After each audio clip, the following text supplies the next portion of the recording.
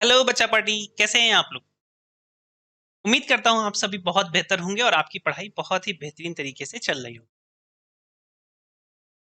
NEET physics के crash course या कह लीजिए फ्री कोर्स में आज हम लोग पहुंच चुके हैं कूलम्ब्स लॉ के उन सवालों पे जो बहुत ही ज्यादा इंपॉर्टेंट होते हैं और आपके एग्जाम में पूछे जाते हैं। सीयूईटी हो या फिर आपके बोर्ड्स एग्जाम हो या फिर नीट का एग्जाम हो, इवन जेई का एग्जाम हो, तो ये क्वेश्चन ज्यादा इंपॉर्टेंट और प्रीवियस ईयर पूछे गए हैं। तो हम बात करने जा रहे हैं आज उन टाइप के सवालों के जो होते हैं पेंडुलम पे बेस्ड। पेंडुलम क्या होता है, कैसे यहाँ पर टेंशन आता है, कैसे स्ट्रिंग से सारी चीजें रिलेटेड होती हैं, इन सारी चीजों को आज हम लोग बात करेंगे। उम्मीद करता हूँ ऑडियो और वीडियो दोनों आपके लिए क्लियर होगा, आप मुझे अच्छे तरीके से सुन पा रहे हैं।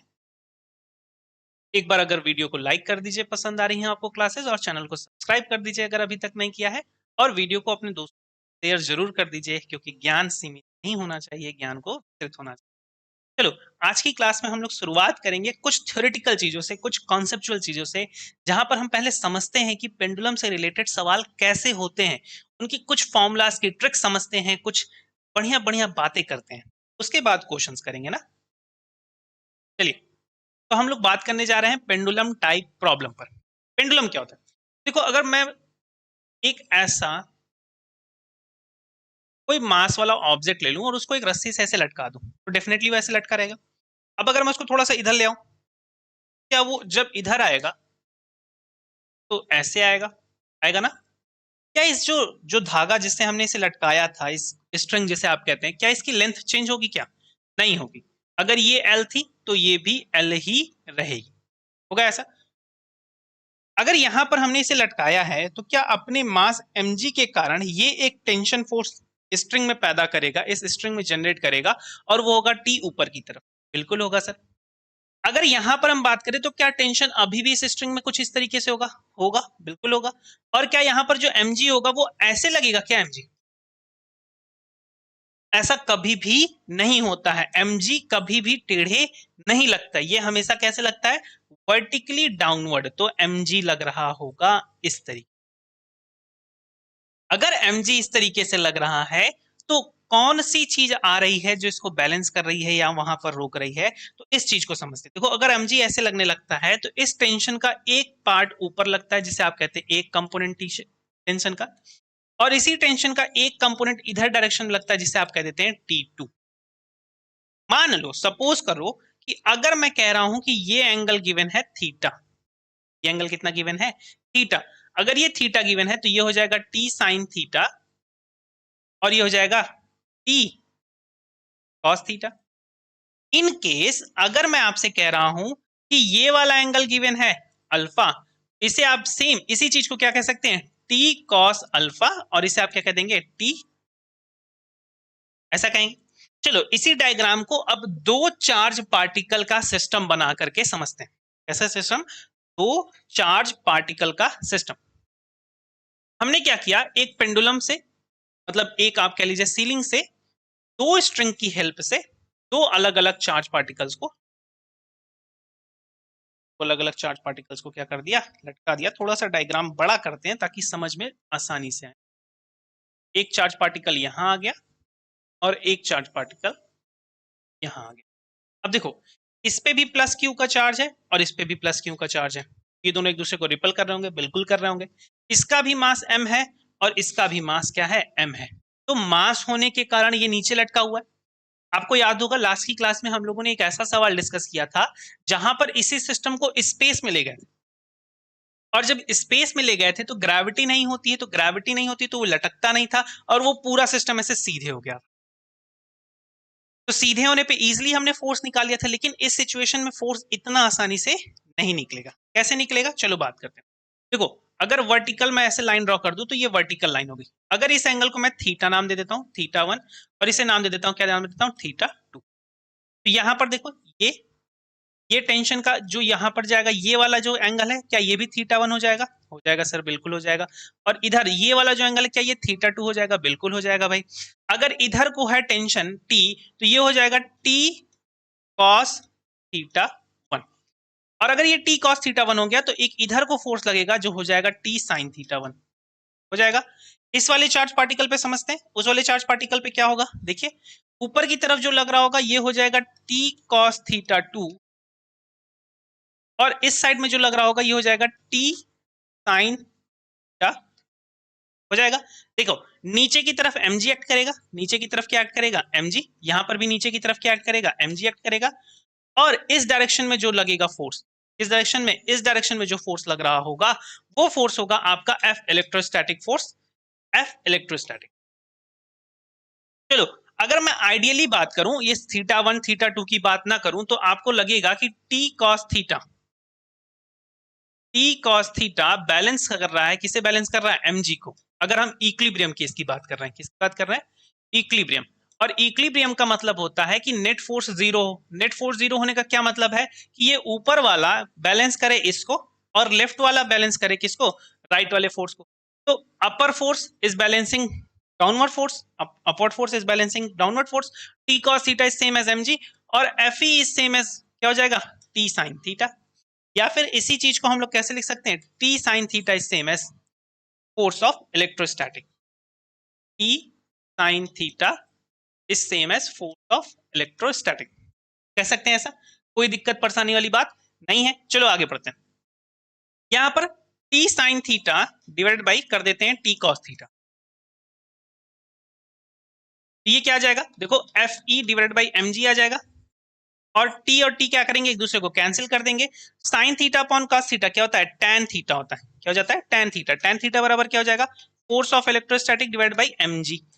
फोर्स ऑफ इलेक्ट्रोस्टैटिक को आप फिर कैसे डिफाइन कर सकते हो, ये हो जाएगा mg tan थीटा, क्या गया mg tan थीटा। तो देखो पहले वाले के लिए क्या हो जाएगा, फोर्स ऑफ इलेक्ट्रोस्टैटिक हो जाएगा, ये हो जाएगा mg tan थीटा 1, क्योंकि यहाँ पर एंगल थीटा 1 था, और इस वाले के लिए क्या हो जाएगा, force of electrostatic is equal to mg tan theta हो जाएगा। चलो इस बात को और समझते हैं, थोड़ा सा और समझो। अगर मैंने तुमसे फॉर्मूला दिया है कि F इज इक्वल टू क्या है, mg tan थीटा, तो थीटा की वैल्यू और tan की वैल्यू 1 कब होती है, जो बताओ tan की वैल्यू किस एंगल पर 1 होती है, 90 डिग्री पर कि 0 डिग्री पर कि किस एंगल पे, तो 45 डिग्री आप कहोगे, बिल्कुल सही। अगर 45 सब कह रहे हैं तो बिल्कुल सही है भाई, 45 डिग्री पर tan की वैल्यू कितनी होती है, 1 होती है। तो अगर theta is equal to 45 degree है तो F की वैल्यू कितनी हो जाएगी, F की वैल्यू हो जाएगी सेम एज mg, और ये F क्या है, F है इलेक्ट्रोस्टैटिक, ये है इलेक्ट्रोस्टैटिक फोर्स ना। जिस फोर्स के बारे में अभी तक हम लोग पढ़ रहे हैं वो कौन सा फोर्स कहलाता है, इलेक्ट्रोस्टैटिक फोर्स कहलाता है। बार बार तो कहता आ रहा हूं भाई, इसमें कोई समस्या होने वाली बात नहीं। लेकिन अगर यहां से समझो कि फोर्स ऑफ इलेक्ट्रोस्टैटिक बराबर है तो m, या फिर आप कह लीजिए जो फोर्स F है, F is directly proportional to tan theta. अगर सपोज करो कि वो कह रहे हैं कि जो उनके बीच का फोर्स है उसे बढ़ा दिया गया, तो एंगल क्या करेगा, बढ़ेगा कि घटेगा। देखो लॉजिकली सोचो कि अगर इनके बीच के जो फोर्सेस है बढ़ रहे हैं तो ये दोनों एक दूसरे को और रिपल करेंगे, और रिपल करेंगे तो और ज्यादा दूर चले जाएंगे, और दूर चले जाएंगे तो क्या हो जाएगा, ये एंगल डेफिनेटली से बढ़ जाएंगे। यहां पर नेक्स्ट एग्जांपल समझिए कि जो m होगा, मासेस होंगे, वो इनवर्सली प्रोपोर्शनल होंगे किसके, थीटा के।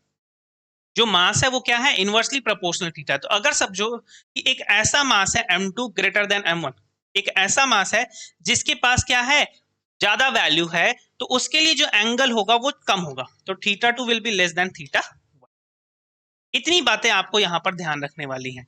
अगर मैं पीछे जाता हूं तो देखो यहाँ पर जो ये एक ट्राइंगल टाइप का बन रहा है, ये एक ट्राइंगल टाइप का बन रहा है।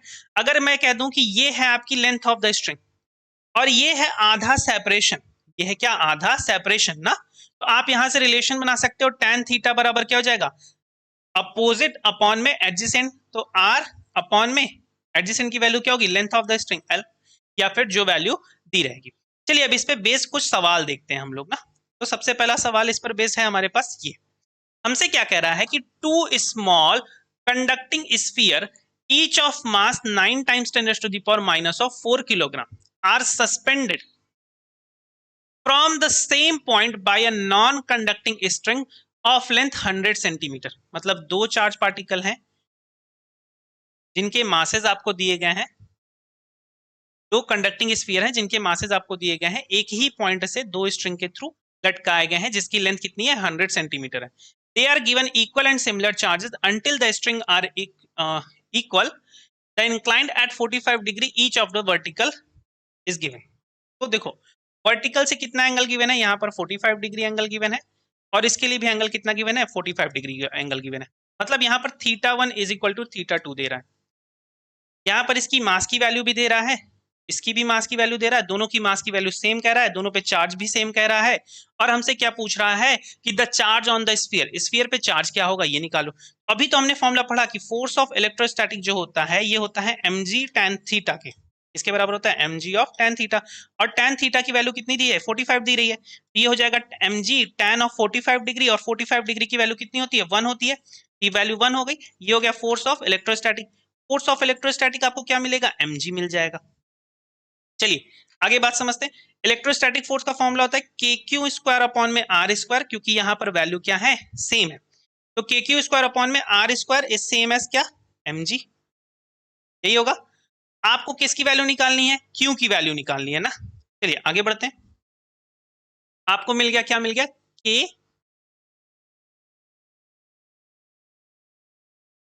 Q square divide by r square is same as mg। तो क्यू स्क्वायर की वैल्यू क्या हो जाएगी, क्यू स्क्वायर हो जाएगा आपका mg times r square divided by k. अब r की वैल्यू कैसे निकालते हैं, इसके लिए एक छोटा सा लॉजिक समझ। देखिए r क्या है, ये पूरी डिस्टेंस है r, और अगर मैं यहां से इसे ड्रॉ किया हूं तो इसके अकॉर्डिंग ये वाला क्या है, r/2 है, और ये क्या है, r/2 है। जो ये लेंथ आपको दे रही है, ये लेंथ ये कितनी दी हुई है, 100 सेंटीमीटर की लेंथ। अगर ये लेंथ 100 सेंटीमीटर है तो हम लोग किसका फॉर्मूला लगा सकते हैं, साइन का फॉर्मूला लगा दें। क्यों साइन क्यों कह रहा हूं मैं, क्योंकि अकॉर्डिंग टू दिस एंगल, अगर ये एंगल 45 डिग्री का है तो ये आपको हाइपोटेनस दे रहा है, मतलब कि कर्ण दे रहा है, और सामने वाला क्या होता है आपका लंब, जिसे आप कहते हैं परपेंडिकुलर, उसकी वैल्यू दे रहा है। तो आप क्या लगाएंगे, sine of 45 degree, sine of 45 degree is equal to क्या हो जाएगा, परपेंडिकुलर जिसकी वैल्यू है r/2, और लेंथ की वैल्यू कितनी है, 100 सेंटीमीटर। 100 सेंटीमीटर का मतलब कितना है, 1 मीटर, तो इसे रख दीजिए 1। साइन 45 कितना होता है, 1/रूट इज इक्वल टू r/2। तो r की वैल्यू कितनी मिलेगी आपको, 2/√2 मिल जाएगी। तो r की वैल्यू आपकी कितनी आ जाएगी, रूट मीटर आ जाएगी। अब किस में ये वैल्यू, मीटर में है। तो अब हमारे पास r की वैल्यू भी है, m की वैल्यू भी है, g की वैल्यू भी पता है, और k की वैल्यू भी पता है। चलिए सारी वैल्यूज रख देते हैं जल्दी से। Q square is equal to m की वैल्यू, थोड़ा सा पीछे जाते हैं, m की वैल्यू दे रहे थे 9 टाइम्स 10⁻⁻⁴, ये हो गया 9 टाइम्स 10⁻⁻⁴। g की वैल्यू को हम लोग 10 ले लेते हैं। r स्क्वायर करेंगे आपको तो आपको मिलेगा 2 डिवाइड बाई k की वैल्यू होती है 9 टाइम्स 10⁻⁹। 9 ने 9 को मार दिया। क्यू स्क्वायर बराबर कितना आया वैल्यू, 10⁻⁴, ये हो जाएगा आपका कितना, यहाँ पे 1 है, ये आपको लिख दीजिए जैसे 2 टाइम्स 10⁻⁻, ये 1 -4 और ये 9, तो -4 + 1 -9। Q square is equal to ये हो जाएगा 2, 9 और 4 कितना, 13 हो गया, 9 और 13, और +1 तो जब -12 हो जाएगा, तो टाइम्स 10⁻⁻12। क्यू की वैल्यू कितनी हो जाएगी, क्यू की वैल्यू हो जाएगी within root of 2 times 10⁻⁻12। ये आपको कितना मिल जाएगा, ये मिल जाएगा √2 टाइम्स 10⁻⁻⁶। चलिए पीछे जाते हैं, देखते हैं कौन सा ऑप्शन सही है। √2 की वैल्यू कितनी होती है, 1.4 होती है, तो option A is the right answer. 2 की वैल्यू कितनी होती है, 1.4 होती है ना।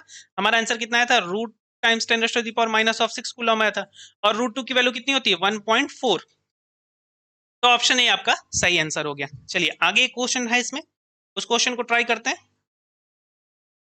अब देखिए इस क्वेश्चन में आपसे क्या पूछ रहा है, 2 identical pendulums A and B are suspended from the same point, both are given a positive charge with A having more charge than B। A के पास अब क्या है, मोर चार्ज है B से, तो QA is greater than B।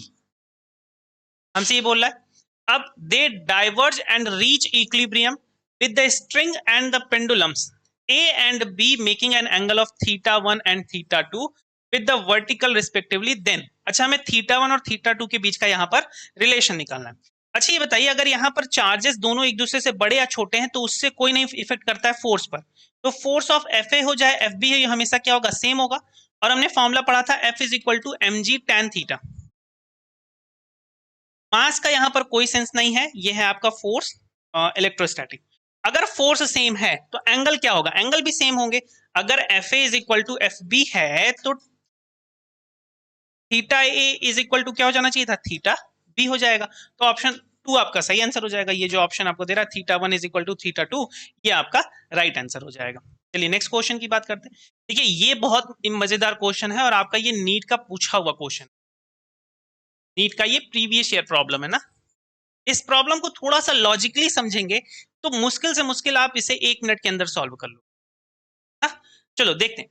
यहां पर हमसे कह रहा है कि 2 pith balls with equal charges are connected to wires of equal length, is suspended from a common point by the equilibrium separation between them is r। तो ये जो सेपरेशन है ये r दिया हुआ है।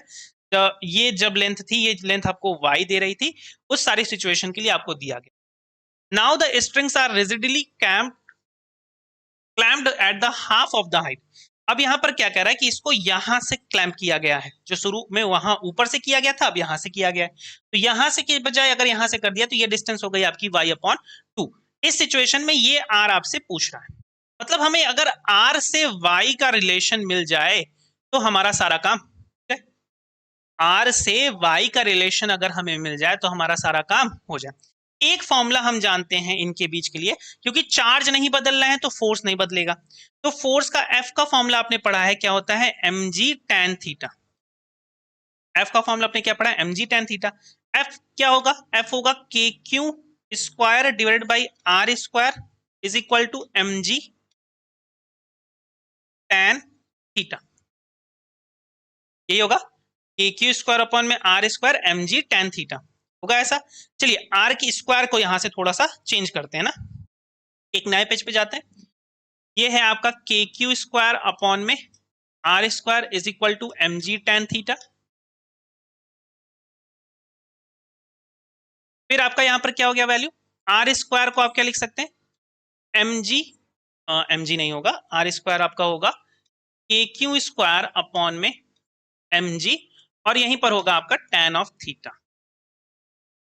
ठीक है, आर स्क्वायर। देखिए ये जो वैल्यू है के क्यू स्क्वायर, ये कांस्टेंट है, ये बदल नहीं है, ये क्वेश्चन के लिए आपके लिए k q square upon m g, तो इसको एक ब्रैकेट में कर दीजिए और ये है आपका 1 अपॉन में tan थीटा। अब tan थीटा को कैसे रिलेट कर सकते हैं, पीछे आइए, यहां पर देखिए समझिए, अगर ये डिस्टेंस r थी तो ये हो जाएगी r अपॉन 2, और ये एंगल अगर थीटा है आपका तो tan थीटा होता है आपका, क्या होता है, परपेंडिकुलर अपॉन में बेस। परपेंडिकुलर है आपका r अपॉन में 2 और बेस कितना है आपका y, तो ये r अपॉन में 2y हो गया। इस tan थीटा की वैल्यू को यहां पर रख दीजिए, अभी हमने निकाला tan theta is equal to r upon में 2y, वैल्यू रख दीजिए यहां पर। तो r स्क्वायर आपका कितना हो गया, ये हो गया के क्यू स्क्वायर अपॉन में mg, और इसकी जगह पे आप क्या लिख देंगे, 1 अपॉन tan थीटा है। tan थीटा की वैल्यू अगर ये है तो 1 अपॉन tan थीटा की वैल्यू कितनी आएगी, 1 अपॉन tan थीटा की वैल्यू आएगी 2y अपॉन में r, रख दीजिए इसे 2y अपॉन में r। अब r यहां पर आ जाएगा आपका, और अगर r यहां पर आएगा तो ये हो जाएगा आपका r cube is equal to k q square upon में mg, और यहां पर आ जाएगा y, और 2 भी था आपका यहाँ पे, देख लेते हैं थोड़ा पीछे करके। हाँ देखिए ये 2 ऊपर था ना, इस 2 को नीचे ना लिख करके हम ऊपर लिखते रहे। ये जो पूरा टर्म है आपका ये कॉमन टर्म है, तो r क्यूब और कांस्टेंट, ये पूरा टर्म कैसा है, कांस्टेंट है, इसे हम नाम दे दे रहे हैं क्या, c। r cube is equal to c times y, तो इसका मतलब हमें क्या मिल गया, r cube is directly proportional to y, r cube is directly proportional to y। और अगर ऐसा रिलेशन हमें मिल चुका है तो ये हो जाएगा, देखिए इस चीज को समझिए, r2 upon r2 cube upon r1 cube is equal to, ये क्या होगा, y अपॉन में y1, ऐसा होगा। y2 क्या है आपका, y2 है actually half of y1, half of y1, रख दीजिए वैल्यू, ये हो जाएगा 1 अपॉन में 2 of y1 divided by y1। y1 और y1 कैंसिल आउट हो गए आपके, y1 और y1 क्या हो गए आपके, कैंसिल आउट हो गए। और r1 क्या था आपका, r1 रिलेटेड था y से, तो r2 क्यूब जो हो गया आपका, या फिर ठीक है, चलिए कोई बात नहीं। R2 क्यूब अपॉन जो R1 क्यूब है आपका, ये आ गया 1 अपॉन में 2। R2 upon R1, R2 upon में जो R1 है ये आपका कितना आ गया, 1 अपॉन में क्यूबिक रूट ऑफ 2। ये आ गया आपका क्या, क्यूबिक रूट ऑफ 2। अब जो R1 था वो y से रिलेटेड था, इसका मतलब कोई आंसर ऐसा होगा जो क्यूबिक रूट ऑफ 2 से रिलेटेड होना चाहिए। पीछे अगर स्लाइड पे जाते हैं, देखिए कौन सा ऑप्शन है जो क्यूबिक रूट ऑफ 2 से मिलता है, R अपॉन में क्यूबिक रूट ऑफ 2, ये वाला आपका आंसर सही हो गया। फिर से देख लीजिए यहाँ पर, R1 की वैल्यू क्या थी, R थी, तो R2 को आप यहाँ पे कैसे डिफाइन कर देंगे, R2 is equal to R1 upon में क्यूबिक रूट ऑफ 2। और R1 कैसा है आपका, R1 है आपका R, तो ये हो गया R अपॉन में क्यूबिक रूट ऑफ, ये आपका फाइनल आंसर हो गया। मजा आया ना इस सवाल में? ये देखिए प्रीवियस ईयर क्वेश्चन था, कुछ नया ट्रिक नहीं था, बस छोटा सा लॉजिक था, और अगर हम उसे कर लेते हैं तो बहुत ही आसानी के तरीके से हम इसे सॉल्व कर सकते हैं। उम्मीद करता हूं आपको क्लास में जो भी मैंने बताया आपको बहुत अच्छे से समझ में आया। कूलम्ब्स लॉ के हमने बहुत सारे क्वेश्चंस ट्राई कर लिए। अब हम नेक्स्ट क्लास में एक नए कॉन्सेप्ट की तरफ बढ़ेंगे जो है आपका इलेक्ट्रिक फील्ड। अगर आपको वीडियो पसंद आ रहे हैं तो कर दीजिए, चैनल को सब्सक्राइब कर दीजिए अगर अभी तक आप नहीं किए हैं, और अपने दोस्तों शेयर जरूर कर दीजिए। मिलते हैं कल से फिर आपसे इसी समय पर, तब तक पढ़ाई करते रहिए। बेस्ट ऑफ लक, धन्यवाद।